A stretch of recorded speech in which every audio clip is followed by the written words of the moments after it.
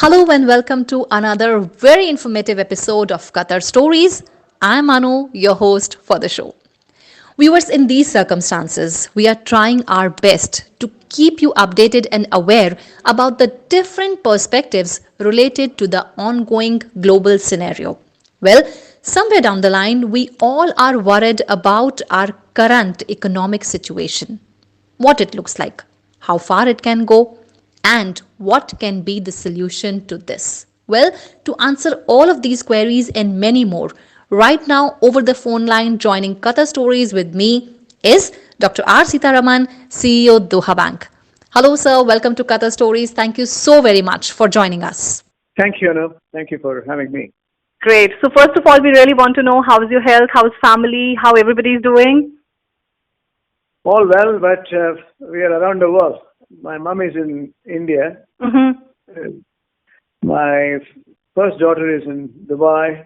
She's working for JP Morgan, so she's on her own. Oh, And my wife and my second daughter is in New York, which is again an epicenter. yes. I'm here. Oh my We God. are really self-quarantined in substance, you see. Very true. But best of the wishes for your family. Please, all of you, be safe.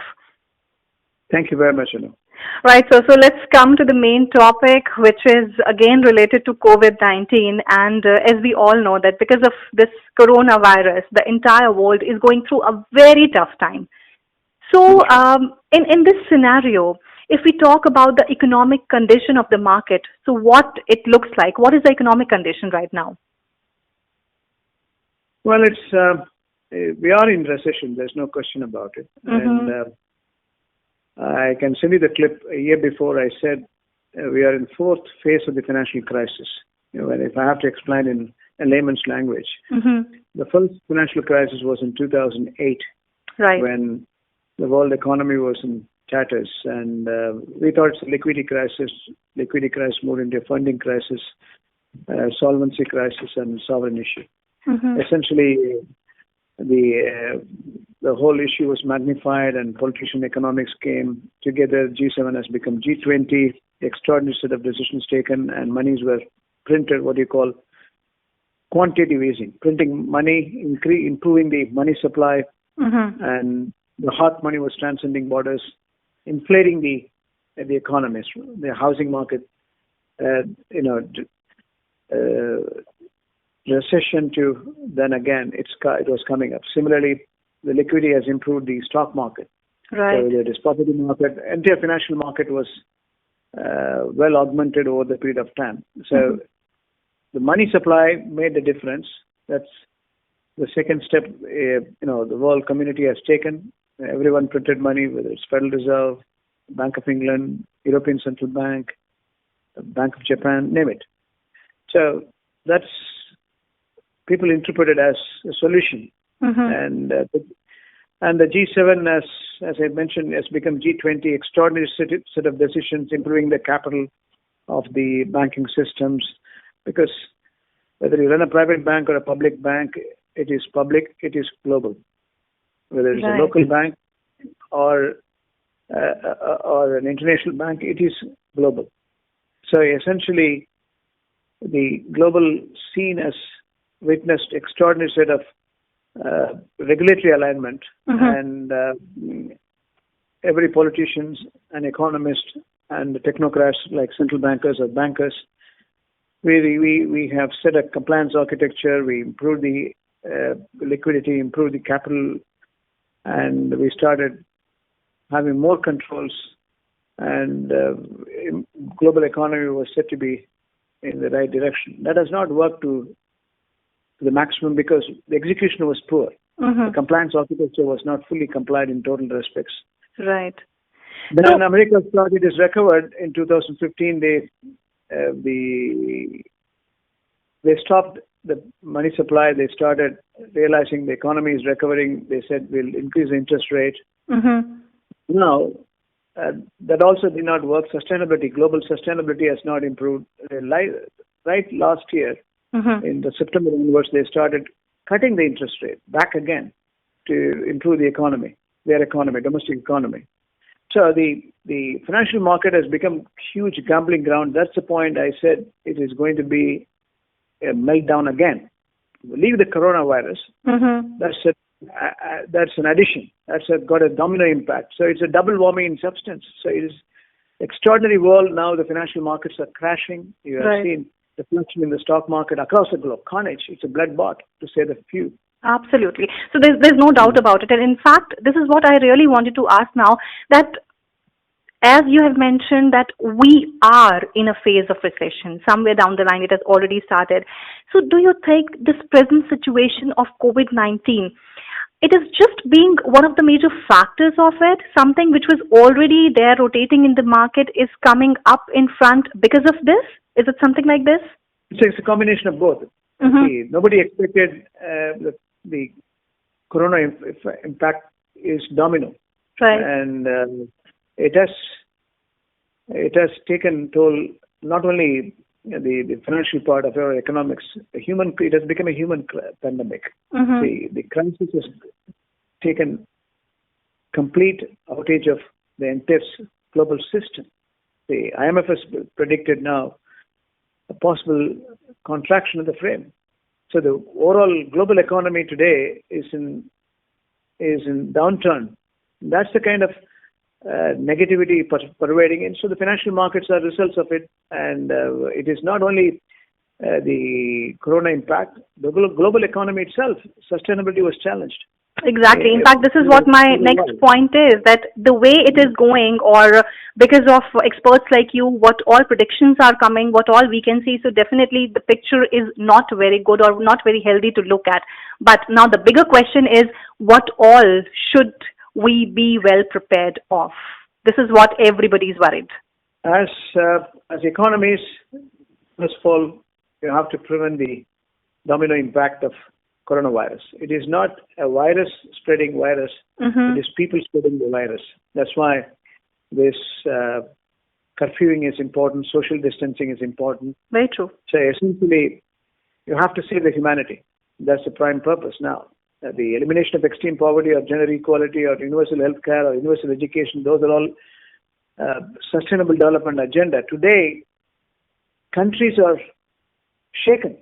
The gravity of the issue is, whether it is China or Italy or UK or United States today, they have understood. They have now US is, today morning they have cleared $2 trillion to save their people. Yes. Every government today has understood this is going to have consequential impact if you start doing social distancing for months. And if you are not fixing it now at this level, it can create, huge calamity to the global economy and global humanity, and it can run into huge depression in terms of economics, but humanity will lose its ground in substance. So that is why today the economists are coming together. The government is now allocating the regulatory framework to see that the one is law and order. Mm-hmm. As I mentioned, the discipline is important to observe. Every individual has to come to terms, Very making true. sure they don't not protect not only themselves, they don't infect others. Essentially, that's the place we are in now. Plus, the consequential impact is not this 21 days or 1 month or 2 months. Mm-hmm. It has already disrupted the complete business. Absolutely. Every single part of the world, from globalization to anti-globalization, now if there is, it's not confined to the airline industry or hotel industry. It's the entire, the economic cycle is being disrupted. It means it will take the consequential impact may run for 6 months or 1 year. So it remains to be seen when it gets stopped and when we find a solution to it, when we have a medical, clinical cure for it. If it is not done, the consequence is colossal to the humanity, and this generation is going to go through extraordinary set of changes and challenges in terms of lifestyle. Very true. Living. I think, whatever physical trauma we are facing, that is one thing. Economic sector, which is you can say the backbone of everything, of our lifestyle, of global scenario, that is impacted in a big way. That is another thing. But in this situation, in this scenario, if we talk about the future of banking sector, how it looks like. Before I come to the future of banking sector, but it also helps you in one way. The hygiene required, the conventional methods by which we live together as individual or institutions is changing. That's for good. If you understand the dynamics that these disciplines, which are for human longevity, human welfare. So the discipline, which is once world become normal, if you practice the same discipline in terms of customs or traditions or values, then the welfare systems can improve. That's the positive side of it. Coming to the banking now. Yes. So the banking system is going through a public-private partnership. Every government has realized every financial institution cannot sustain its credibility if there's total disruption to the overall economic cycle.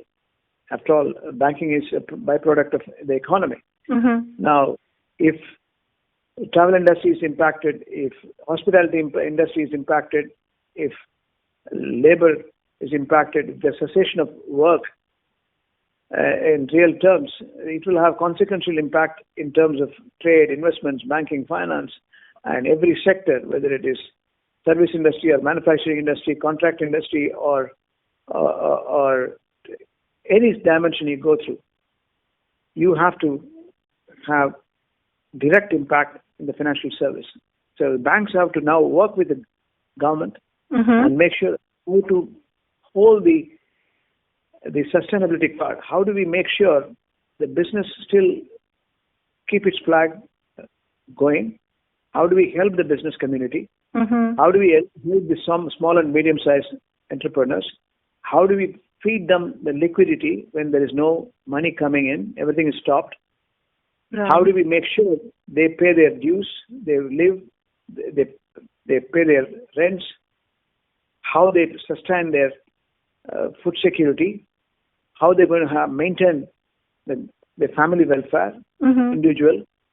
All these things are now becoming a big question. That's why the financial service industry, in partnership with the government, now they have come out with various promulgations. You take whether it's America or India or Qatar for that matter. There are new regulations which is going to ease the business and the individuals, and that is precisely the reason now the Qatar government has announced, His Highness the Emir has announced a package of 75 billion reals, that is $20.5 billion. That's going to be supplemented for liquidity and a concessional advantage in terms of ease of doing business. Also, financing charges will be measured and managed. Overall investment climate will stand protected. That is what exactly the purpose of it, and that's what every government around the world is doing, depending on the scale and scale. Right, and I think this is a very big relief because, especially if we talk about the daily wages, all those small-scale businessmen, who are running on a daily basis, their job is like, since morning when they sit or they go to their job, whatever they earn during the day, this is how their life runs. So I think this can be a very big relief, a very big help to people like this. But if we talk about Doha Bank in particular, you represent Doha Bank, and in fact, Doha Bank is known for always standing with the people, be it CSR activities, be it taking new initiatives, and in fact, recently you did lots of changes for the digitalization of currency as well. So how your bank is preparing for this situation, how ready you are? Of course, as a public financial institutions, we have hundreds and thousands of customers, so we need to, first of all, their safety is important. So the banking customers who are coming to the branch, we advise them, unless it is inevitable, you can do the operation through digital channels. Our SMS banking, web banking, mobile banking. Right. Again, Doha dial, call centers, internet banking, and Doha Souk, So all sort of digital advantage, all the channels are there, all the avenues are there for them to transact, whether it's remittance of money or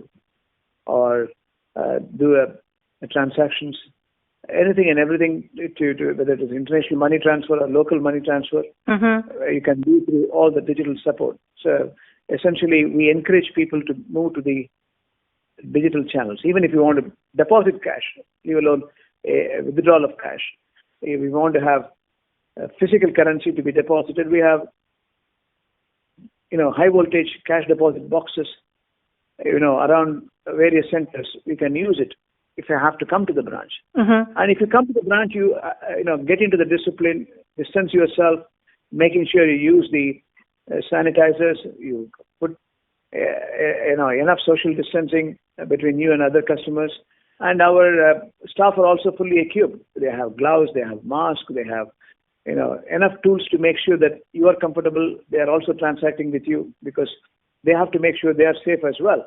So essentially, we have amplified the overall safety measures, and we are ensuring that is done. We are promoting now all the digital channels we have. We have corporate side, we have corporate portals where the corporate customers, SMEs can use the digital mechanism. Retails like you and me can remit money. You can do any banking transaction which are as an individual. You don't need to visit the branch. Right.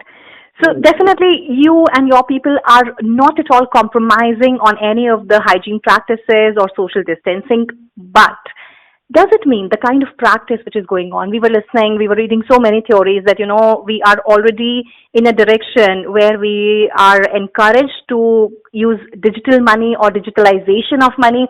So does it mean that Doha Bank has already taken a leap over it, and this theory, definitely this is the future of economy, of currency? See, there are two things. One is the money transfer is a tool by which the digital protocol operates. The banking itself is going to go through extraordinary set of changes, whether it is corporate or retail, treasury or investment banking. Everything is getting changed to digital tools, whether it is blockchain, whether it is artificial intelligence, whether it is the Internet of Things. You have all sort of tools available today.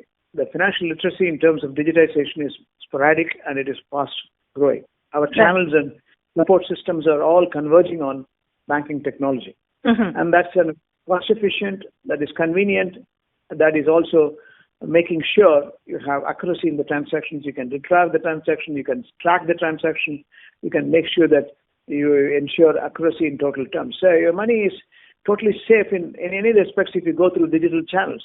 If there are discrepancies, you can even substantive control on your transaction because you have transaction logs, you have call centers to back it up, you have queries and complaints are attended, so you have customer connect tools, we have come in social media.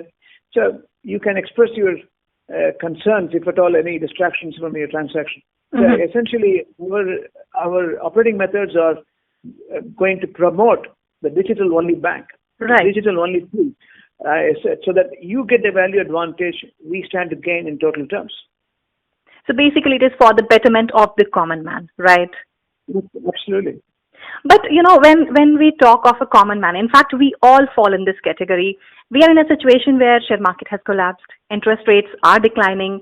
So for all of us, for everybody, most of us, we are in a situation of a total chaos. As an expert, what is your advice to people, to common man, where to invest, and the most important thing, how to keep our hard-earned money safe? What do you have to say on this? Well, liquidity is important. The investment today, every crisis is also throwing opportunities. You have to realize. Right. So, if you look at the market today, it's carnage. Around the world, people lost. Everyone is trying to lose in terms of the net worth. True. In real terms, when there is a technical recession in the world, it means 20 to 30% of the money value goes. If you are a property owner, property value goes down. If you have cash value goes down. Net present value goes down. If you have stocks, stock value goes down. So you cannot avoid such you know, intrinsic value diminution. Okay, so you have to understand there is an opportunity into this. Right. If you, while you have lost your money, this is the time to invest in the right direction. For example, Absolutely. Absolutely. if the market is 30% down, why can't I buy? The question is, what sort of momentum? You have to understand when you should buy, because when the government comes to rescue, the consumer confidence will go up, and there will be more and more liquidity will come to buy it out. So if you are in the front run to acquire certain things, whether it is property, whether it is now, for example, stock market is carnage now. I mean, India lost, for example, Indian stock market lost 1/3. Similarly, America, Europe, is every currency is now getting deceleration in substance. Yes, it is something global. Yeah, it is. There are certain currencies getting strengthened. So you have to look at if you look at emerging market currency, whether it is India or Bangladesh or Pakistan or Sri Lanka, you have seen the reflection. You get for $1 or $1 you get more repeats. Right. So essentially, remittance is people will be doing it more, and they conserve more resources, back home. And it's all about yes. Sorry. Yeah, I said it's all about which side of coin you look at. I think whatever scenario is there, whatever is not in our control is something, but we should always look on the positive side, on the bright side of the story, as they say, sunny side up. This is an opportunity if you're scrupulous enough, shrewd enough to understand. Every crisis always give you after 1 week you may not get this opportunity. Very true. Very true. Remittance will now, even in the last few days after the government has taken enormity of decisions, now the rupee is strengthening slowly. It went to 77, now it is going to 75. Now stock market will recover. It happened in Qatar. It happened. It happens in India. It happens in America. Last consecutive 2 days, American system, whether Dow Jones or S&P or everything has coming back. It will take few days to get back in track, but it will happen. So yes. It is every breaking news. You have to watch it. It's important to interpret the information to your advantage, and then make the right move. When you have to buy, you have to buy. When you have to sell, you have to sell. Absolutely. Just be smart. Keep an eye on the things happening around you. So, so definitely your message, your advice to rest of the world for this particular phase means a lot to us. What would you like to say? Well, look after yourself and look after your family. It's a beautiful life. Once we get it, we have to preserve it. We are all on lease in this planet, but we will have enduring values with a purpose, positivity, drive, determination, happiness, and social commitments. Life is full of love and affection, and we will keep loving each other. And planet Earth is a mother nature. We preserve her, we protect her. The lesson learned of the crisis is an opportunity for us to correct in future. We will be purposeful, meaningful for this enduring generation. Wow, that is so very beautiful. And thank you so very much, sir, for speaking to Qatar Stories, connecting with us, and spreading this positivity amongst us. It was a pleasure talking to you. Thank you so very much. Thank you. I appreciate your call. Thank you. Bye-bye. Thank you. So viewers, this was Dr. Seetharaman, CEO, Doha Bank. And unfortunately, most of the times we focus on all the negative things. So let's pledge today that in place of thinking about all the things, what might go wrong, let's try and think about positive things. Let's try and think what might go right. Well, with this, it's time to wrap up today's episode. But for more updates, you keep watching Qatar Stories. Do like, share, and subscribe us. Very soon, I'll be back with some more information. Till then, do practice social distancing and don't forget to follow the best hygiene practices. It's me, Anu, saying tata, goodbye. Be happy, stay healthy. Take care.